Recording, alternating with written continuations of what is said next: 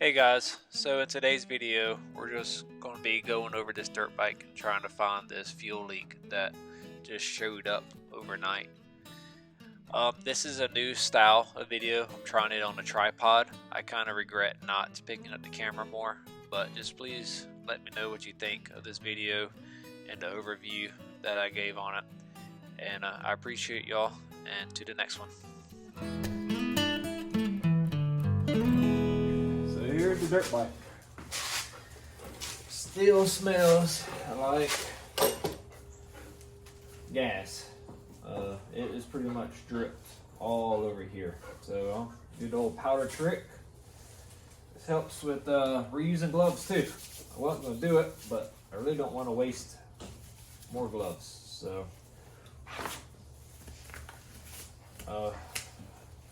gloves, I think this last thing of gloves box cost me $25. I buy the thick ones so I can get a couple uses, but they usually get a little moisture on it from my hands sweating, and that causes the glove not to go on too well. So using the powder actually helps with that. So here's the deal. I have a fuel cutoff on it. I have a filter, and then the carburetor on this Kawasaki is in here. Not a good design. This is our air filter. So literally what the bike does, somewhere there's actually an inlet, I'm not sure where, but this is the filter. The filter goes through, or the carburetor pulls air from here down into this area, and it gets air, and then the carburetor's here and then pulls it into there. And the problem is your carburetor sits here and your air filter's here, and this is supposed to be sealed very well, but being it's so old, I think we're going 30 years, it doesn't. So if you're in a high water forging situation, you would get water into your carburetor. So anyways, what we're going to do is take these screws out and turn our fuel on, and maybe just hit it with a hammer and see if we can't get the float to not stick. And I bought some more filters, and we might just go ahead and change that out. So I know this has been in the way the whole time, but I just want to show you what we're going to do. And we also got a flat tire. I was hoping it didn't have a tube in it, but after going through it, it does. So let me go get a screwdriver. We'll pop this off. I get a hammer, and then we'll turn this on, and look at all the dandy cart here. It's helped out a lot. So let's take this off. Wound up had our brass hammer and our MBT, our most valuable tool, under the cart. So what I like about the brass hammer, pretty sure I bought this off the Mac Good truck years ago. It don't mar up whatever you're hitting. We don't want to hit these, but something you could be hitting. It is actually a softer metal than most metals you're dealing with, so it'll actually take the indent and not the other item. Can't say that a lot of aluminum and pot metal could be the other way around, but just a good, if you have one, just pull it out first, and maybe. This is the MBT, most valuable tool. It is a snap-on ratcheting screwdriver T-handle. And I have this Apex bit in it. This is the best screwdriver bit on the market. Not easy to get, but it is. And the reason why is it seems to grab a little bit deeper because of how it's more rounded but shallow. Is the best way I can explain it. And so we're going to take this off. It rained last night, and that was a little bit of some cold air. And that was cold. Almost back to wearing a jacket. Thing is, right now we got a warm front in this time of year, and it shouldn't be. I should wear a jacket. Dogs are out here again. They know how to bark when I'm doing something. So, here's a filter. So I'm getting to where I just buy more and more. When I need something, I just buy a bunch of them. I bought 5 of these. This is the filter by Wix. It's a 333, I believe. No, 33003. deselects it a lot of times. And all it is a clear filter with 3/8 line on it. So I just keep these lined up or in stock. I don't know if I'm going to change it looking at it because it is a 3/8. So I'm probably going to need a 1/4 inch, but we'll see. This fuel tank is nasty. It is full of rust, and that's probably what we have going on here with the rust. So here's our carburetor, as you can see at this special. There's supposed to be a gasket here that helps with the water effect that I explained earlier. Here's our carburetor, like I said, and here's our fuel line. So, and it could be cut. Let me feel it around. I don't feel it. What we're going to do is we're going to turn our fuel cutoff on, and which, as you can see, it's sideways. That's pretty much saying it's cut off. And when we put this in line, that allows fuel to flow in line through our filter, which is full. And I can't explain why, but a lot of these filters, they'll have fuel in it, but it still don't flow. I don't know. It's like magic or something with siphoning effects and all that stuff. Neither here nor there. So let's turn this on now. See where she leaked from. Oh. Right there.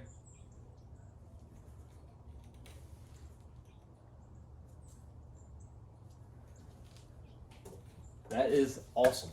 So, looks like we're leaking from our fuel filter. I don't have a zip tie on it. Well, this is all gravity fed. It doesn't really call for, it doesn't have pressure.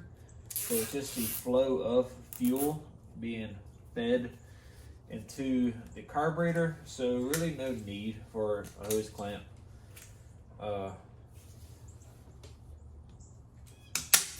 I should at least had a zip tie here. I was really lucky that it hasn't been leaking before. So these are some zip tie pliers, I guess you could say. I got from a older gentleman back when I worked in aviation.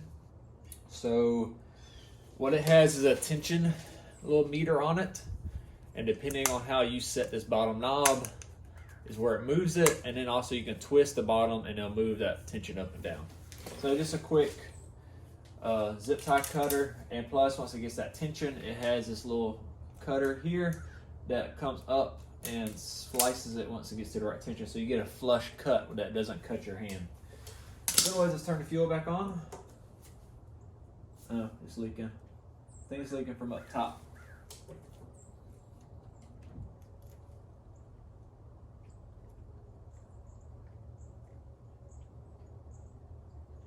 Oh, I think our hose. Yeah, our hose is cracked. That's it. Let me see if I can get y'all down here to it. Give me a rag. Flashlight. So,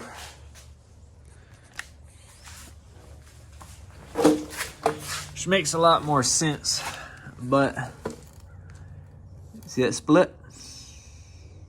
That's our fuel leak. So, probably hose that's not rated for fuel, be truthful. And so it split. So we're gonna cut that zip tie, and we probably got some hose somewhere. And but the problem is it needs to be a little bit on the smaller side. So let me see if we got any hose. Fuel's off. That's important. Which we would know, wouldn't we? Not maybe, maybe not.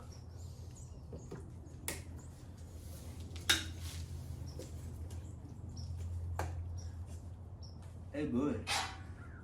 Some nastiness in there.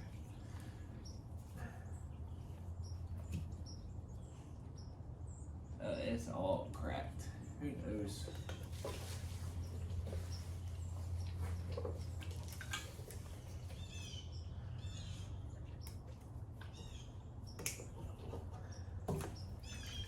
Oh no.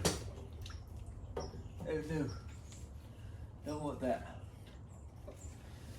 Let me get some, we might just change that whole thing out. I think I got some dirt bike hose.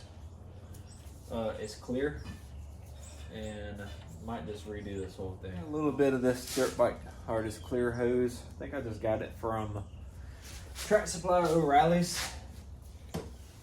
So, yeah, the whole thing's starting to split. So this is a fuel cutoff from the factory, but I broke the end off because it was hard to maneuver, and I probably need to cut it off now. So when I was doing the wiring, I moved them. Let's move that to off.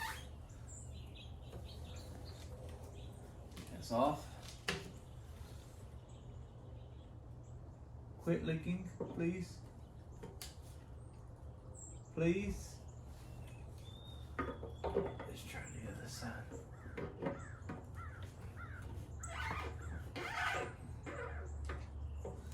There, so better off position. So the other side is cracked too. Hopefully we got enough of this hose, which looks like we will. We definitely want this cut off. So one reason I recommend a cut off is because every time I don't use my bike for a while, or any of my lawn equipment or yard, I run my carburetors empty with this fuel cutoff. That way I don't have to worry about cleaning it. Because what I was saying was, before I got sidetracked, is this ethanol and this fuel, it clogs up so much faster than what it used to, and it still clogged up before, but this ethanol really clogs it up bad. You can see the cracks in it right there. So every piece of equipment I have, except for one, that's because it's my nice lawnmower, has a fuel cutoff, and I'll be, when it's time to ride it, I just turn it on, and when it's time to stop using it, I turn it off. And it's as simple as that.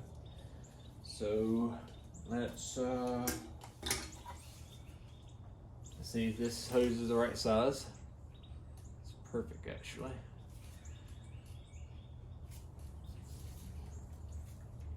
Let's see. Probably just mimic what we had here. Take this. You don't have a set of these razor blade cutters. Pretty nice.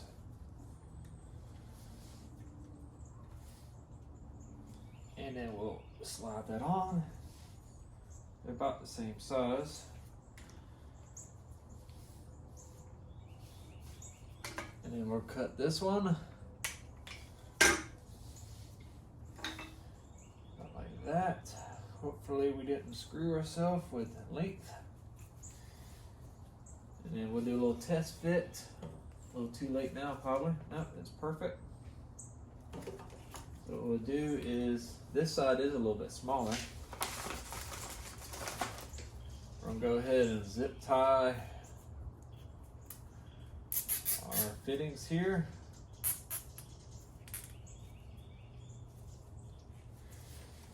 Both sides like so. That way it's one less thing we got to do when we get it on the bike.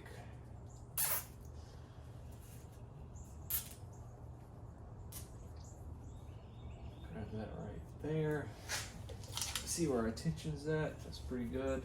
It's about midway, about 5.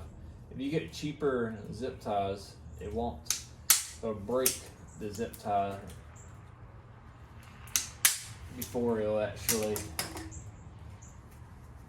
cut it. So we're going to put that there, put that there. Actually, we could have done a little bit longer. I'm afraid that top one's going to leak. It don't fit onto the, I think it's called the petcock of the motorcycle as good as I want.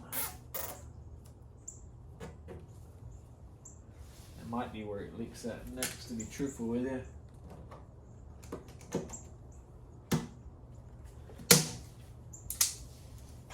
We need to turn this.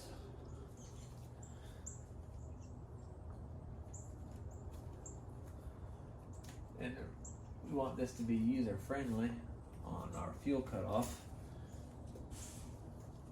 That should work. Do one at the bottom. Hopefully.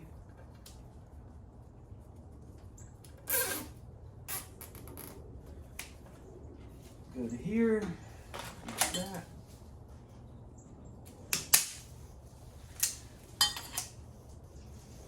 And let's turn it on.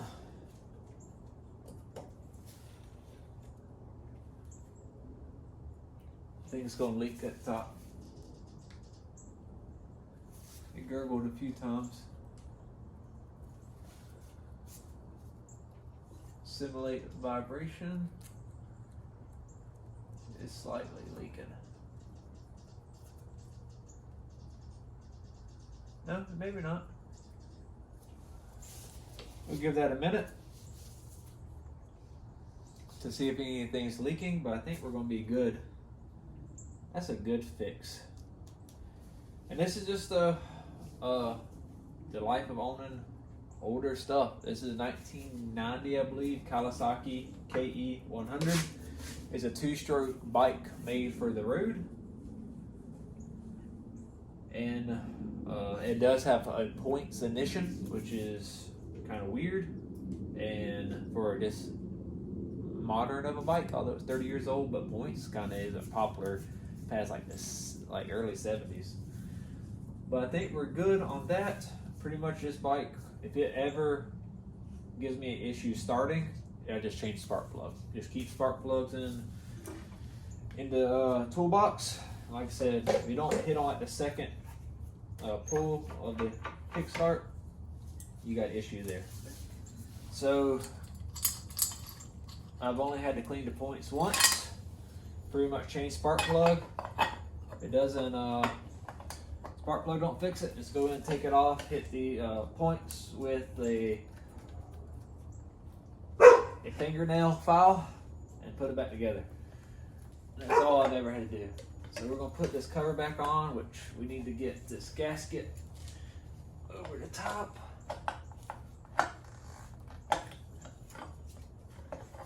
Which might be difficult. Might be really difficult. There we go. That's it. We're going to run, we got 3 different length screws. Just look at our casting. We know this one's kind of short. Our casting, this one's a little bit thicker. So this one probably be it. And it's really thick down here. Get our NDT. Run it in. We're just going to get them all at the, like barely touching the casting, so we can get them all at the same pressure to ensure that nothing's crooked or cockways. Now we'll give it some torque. And that's one of the advantages of having this T-handle. You get a little more torque on it. Should be it. We'll give her a little bit of a start on the Crocs. This is the choke on these, and all it does is open up a jet. Pretty much it has a auxiliary jet just for warm-up procedures. You have a key, you've got a run position.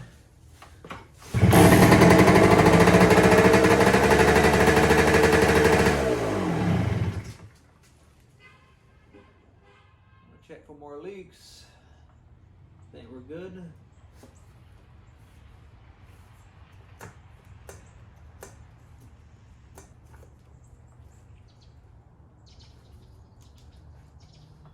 I don't think we're cracking here yet. There we go. So that's the fixing the fuel leak on this bike.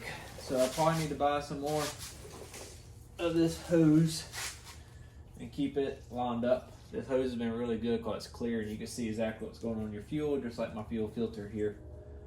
So, kind of cool. Let's not forget to turn this to the on position. Oh boy. And we're leaking. For sure.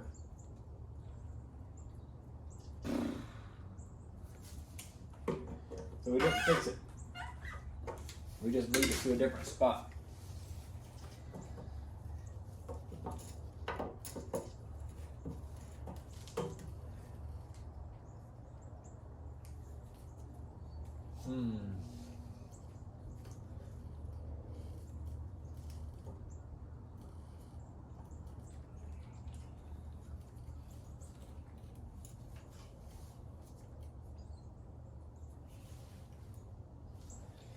Well, let me, I probably need smaller zip ties. Let me see if I can't dig up. So as you can see, it's kind of a simple fix, sometimes can take a lot longer.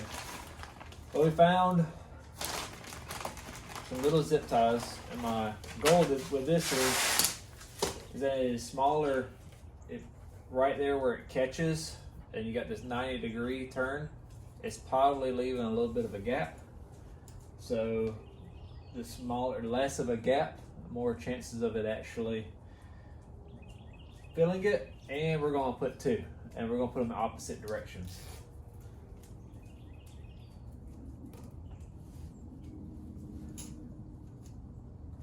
And hopefully that will allow us to seal it one way or another.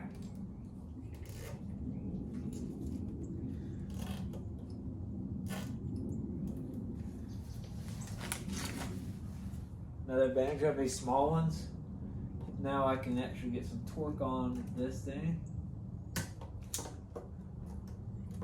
Alright, that was a good bite. Feel really good about it actually. Let me go over here.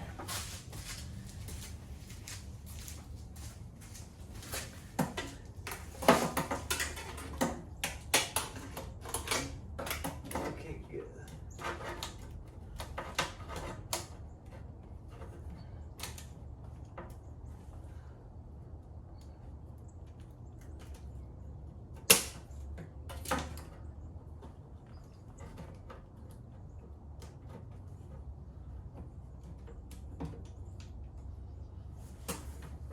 Well, it didn't get a clean cut, but it is good nonetheless. So let's see.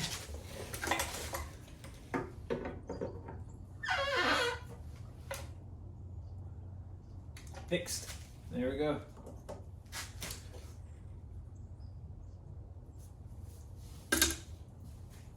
So just a smaller zip tie was the fix. And I don't even know if we could have got a hose clamp to actually do the same thing, being that the hose is slightly too big. I don't know what size. I'm pretty sure this is a 1/4 inch. I bet this is 5/16 fuel hose, and this is 1/4 inch. But my cutoff is 5/16, and I bet this is like a 2-in-1. So, which I think I got it on a 1/4, but it has two different sizes here too. Anyways, good fix. Happy with that. We'll go and cut it off, and I'm gonna try to do the back tire and see if I have the right size. So if I do another video, because this one's getting long, I'm probably gonna have to do a lot of cutouts. Anyways, I hope y'all enjoyed. What a simple fix. But we thought we were gonna be taking it apart, the carburetor, and we're going to take the bowl off and clean the needle seat, but luckily we didn't. It just proves that this carburetor is really good on this Kawasaki. For what it is, it ain't powerful or nothing, but man, I mean, you've seen it crank up. I mean, I started it yesterday, but I didn't start it this morning. But anyways, I'm so happy that our fuel filter stopped any trash and it kept it off our needle and seat. Just lets me know that I shouldn't have to do maintenance on this carburetor if as long as I keep this fuel shut off. So what else? Yeah, please comment, like, subscribe. And I say that generically, probably like every other person who puts out content on YouTube, but it really does help with me building a foundation on this YouTube platform, and motivates me seeing new subscribers, motivates me seeing comments and likes. I try to comment on every post. I don't get them sometimes, so I go without commenting. I'm like, oh crap, hey, people are leaving stuff. But I do go back and leave a comment on most stuff. So I appreciate all that. The like button helps. Dislike if I'm too long-winded or whatever you don't like. Maybe you don't like Kawasaki, that's fine. What else? Hey, to know if you're subscribed or not, if you look in like this corner over here, it's on the left side, or I guess if it's facing you, the right side of the screen, it says subscribe. If it's gray, that means you're subscribed. Thank you. If it's red, that means you're not subscribed. If you click on it, turn it gray, then you'll see content as I post it. I'm actually, after this video, I'm going to put out one over the tire. And what I'm doing is starting to post out more videos on a schedule instead of piling them all in like 1 week. I'm trying to give it more of a consistency. But anyways, that's my strategy of YouTubing. But hey, I appreciate y'all. Thank y'all for coming. Thank you for coming on this journey with me of me pretty much just recording me working on older pieces of machinery, equipment, and it's what I would do anyway. Is just start leaking, let's fix it, and I'll show you what I did. And plus, this is a journey for me to remember, like, oh man, I replaced that fuel line or whatever, and that's how I did it. Or maybe be crazy in 10 years, like I was doing that. Like, this is such a better way of doing it. It's a learning journey for me. But I appreciate y'all. Thank you so much.